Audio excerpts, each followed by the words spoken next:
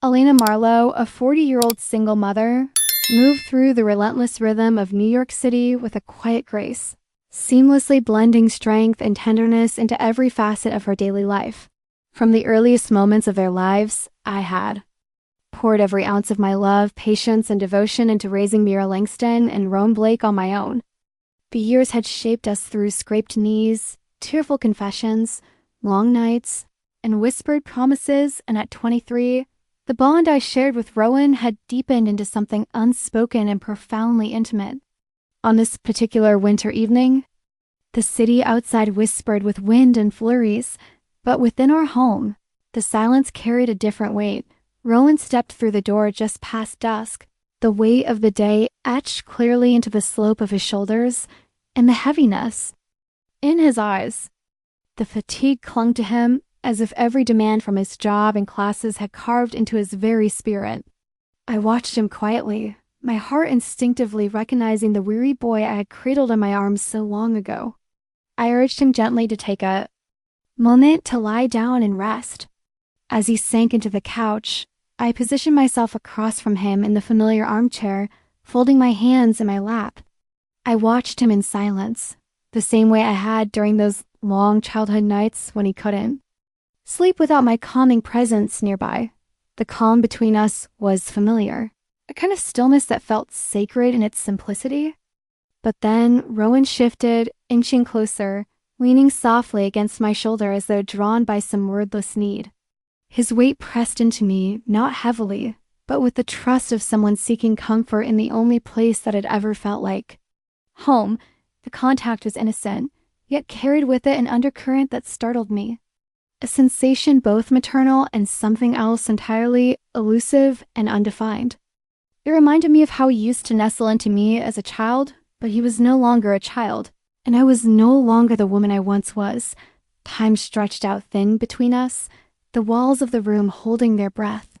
A fragile quiet enveloped us, broken only by the soft sound of our breathing and the slow, measured beat of my heart steady, but too loud in my ears.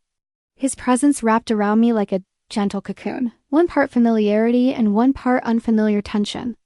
I could feel him exhale, his breath warm against my skin, and I wondered if he had already drifted off. But then his arm moved, slowly curling around me with an unfamiliar kind of purpose, the weight of his touch stirring something sharp and confused deep inside my chest. A swirl of emotion rose in my maternal instinct battling something more ambiguous, more dangerous. I wanted to pull away, to create space and restore the normalcy we'd always maintained. But I remained still as though frozen in a moment, suspended outside of time. Something within me quivered, a flicker of longing not rooted in clarity, but in years of loneliness. In the ache of countless nights spent yearning for touch, for closeness, Rowan's breath was calm. Yet his closeness radiated a warmth that made the air feel thick. A lump formed in my throat, words welling up but dissolving before they could be spoken.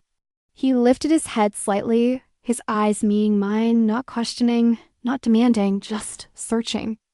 The way he looked at me in that moment carried a strange weight, a quiet insistence. His gaze wasn't that of a child seeking comfort, but of someone craving understanding. I tried to smile, a soft curve of the lips, but it only deepened the unspoken tension between us. His nearness was gentle, not pressing, but undeniably intimate. I could see the softness in his expression, the unguarded way he looked at me, and it stirred a tide of emotion that I struggled to name. His fingers brushed my arm, a gesture meant to soothe, perhaps, but it sent a ripple of heat through me, unsettling and undeniable. I drew in a quiet breath, hoping the sound of my heartbeat wasn't loud enough for him to hear. We remained close, sharing the quiet space beneath the blanket. I tried to tell myself that this was nothing more than a moment of comfort, a mother tending to her son's exhaustion. But beneath the surface, solitude and longing wove through my thoughts, binding me in a net of unspoken yearning. Rowan seemed unaware, his touch light, his eyes slowly closing as though on the cusp of sleep. Still, his hand shifted, tracing lightly up my arm, setting fire to nerves I hadn't felt alive in years. His eyes opened again, meeting mine with a lingering intensity, I saw questions there, perhaps ones he didn't dare voice. Were they about us? About the grief that still lived in both our hearts? About the quiet ache that had been growing for years? My name passed through his lips, a soft, grounding whisper. Mom! The word rang in my ears, anchoring me, even as I felt myself drifting in uncertain waters. The need to pull away grew urgent within me, to break the spell and remind us both of a line that should not be crossed. But I couldn't move. Something inside me clung to the warmth, the closeness, the rare feeling of being seen. The silence thickened, charged with all that went unsaid. Rowan remained still beside me, his hand resting softly, his breath a rhythmic pulse against my skin. I didn't know if he understood what was happening, or if I was the only one losing my grip on the moment. Then, with an almost imperceptible motion, his hand lifted, brushing a stray lock of hair from my face. It was such a small gesture, tender, innocent, perhaps, but it stirred a wave of emotion that crashed hard against the wall I had built within myself. I opened my eyes and found him looking at me, not with confusion or fear, but with something gentle, almost reverent. His face was close enough to see every delicate line, every freckle, every flicker of vulnerability in his expression. The room faded, the world outside becoming irrelevant as we existed in a moment carved from time itself. 1,000 thoughts chased through my mind, none complete, none fully formed. All I could do was feel every heartbeat, every inch of space between us. And still I saw the boy I raised, but also a man I didn't recognize. He hesitated then, pulling back just slightly, his eyes darting away as though the weight of the moment had finally settled upon him. A nervous laugh escaped him, fingers brushing the back of his neck. That small movement broke the spell, grounding me. I took a long breath, feeling the rush of emotion surge and settle. He looked down, then back at me, an apology shimmering in his gaze. I'm sorry, Mom, he whispered. Uncertainty laced through his voice. I didn't mean to make things weird. He trailed off, cheeks tinged pink, as though he was battling something he couldn't name. I reached out instinctively, my hand resting gently on his shoulder. I offered a small, reassuring smile, part warmth, part necessity. It's all right, Rowan, I murmured, my voice barely more than a breath. We've just been alone for so long. Maybe it's making us both a little unsure of what to feel. My words hovered in the space between us like a fragile bridge. He nodded slowly, visibly relieved, though the heaviness hadn't completely lifted. And then the doorbell rang. It's sudden. Sharp chimes sliced through the room, breaking apart the fragile moment we had shared. I startled, standing quickly as though roused from a spell, my heart pounding so hard it echoed in my chest. I moved toward the door, the echoes of what had just passed still reverberating through every corner of my being. A surge of gratitude washing over me for the unforeseen surprise that lay beyond it.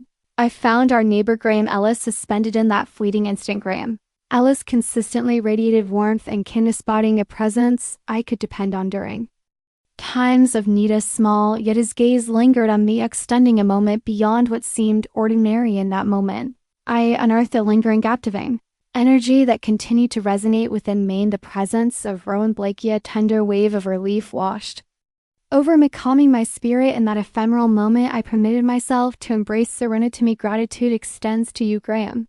At least your presence infuses the atmosphere with a lingering warmth. With a gentle smile, I replied, indeed, the house holds a subtle chill that hangs in the atmosphere. I would sincerely appreciate it if you could dedicate some time to address the repair of the heater with care. As Graham Ellis stepped into the chill coursed through me, feeling Rowan Blake's gaze linger from the hallway. His expression remained an enigma. I threw a wistful glance back over my shoulder. In that instant, I met his gaze. For a brief moment, I perceived a flicker in his eyes, a glimmer that echoed jealousy. Despite his efforts to hide, I found myself startled by the abruptness of my exit. I found myself contemplating whether he was grappling with more profound feelings than he was prepared to admit. Graham Ellis moved gracefully across the room, tweaking the heater, his voice a gentle murmur of curiosity.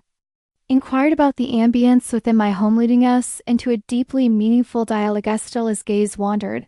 Back to Rowan Blakewell sat quietly watching us with keen interest. This unease enveloped me with an unusual depth, leaving a delicate thread of anticipation in the air. At last, I made my way to my chamber, beloved seated at the brink of the bed. I pondered each moment that had transpired. It was an issue I could no longer ignore. I felt a deep uncertainty about how to face it in that instant.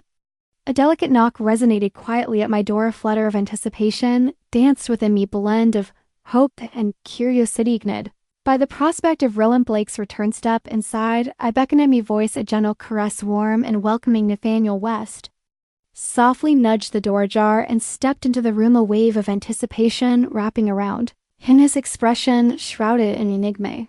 Drew near and took a seat beside me next to me. He looked down at his hands, and we shared a still moment in silence. There, the burden of it all woven together with recollections of their mother, finally began to allow his voice to surface, a gentle whisper that hung in the air, a delicate murmur in the depths of ambiguity.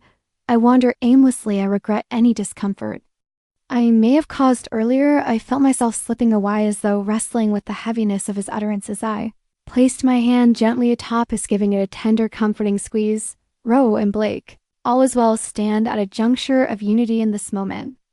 We may find ourselves adrift in a sea of uncertainty for what seems like an endless stretch of time. Pursuit of justice has endured, crafting an intricate narrative that can render one feeling lost. Nodded, his gaze resting thoughtfully on his hands. Then he lifted his eyes to connect with me. His eyes sparkled with a fusion of profound emotions that proved to be quite a challenge to unravel. Echoes in an extraordinary manner softly murmured. It appeared that he faltered in his recognition of I found myself oblivious to the beginnings of Torin. A brief instant I felt my heart echo with that same intricate feeling. I contemplated drawing near, yearning to envelop him in my arms and offer the comfort that everything would turn out finestily. Found myself questioning whether it was genuinely what he desired or if it would merely entangle him in a more complex tapestry of feelings. Instead, I found myself seated in quietude, welcoming the tranquility, articulating the emotions that echo within.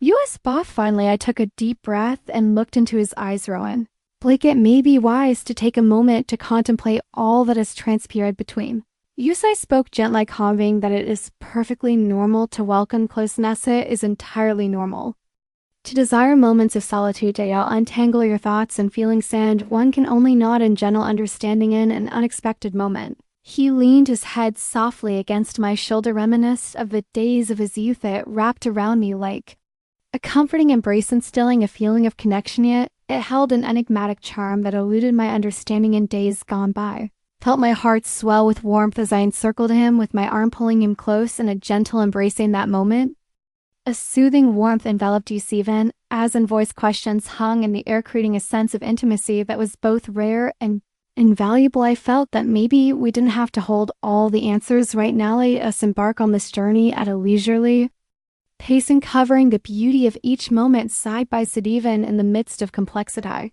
discovered comfort in the simple act of holding each other closely. A soft wave of calm enveloped me, tender longing that, in spite of the obstacles, would journey forward side by side. In that moment we stood together, wrapped in a tranquil hush. Chasm that separates us seems to dissolve at the mere thought of occupying the same space. Yet beneath the veneer I felt an undeniable truth lurking in the shadows. It is as simple as that. The warmth that surrounded us was both comforting and unsettling. A feeling that lingered just beneath the surface, impossible for either of us to ignore for a moment.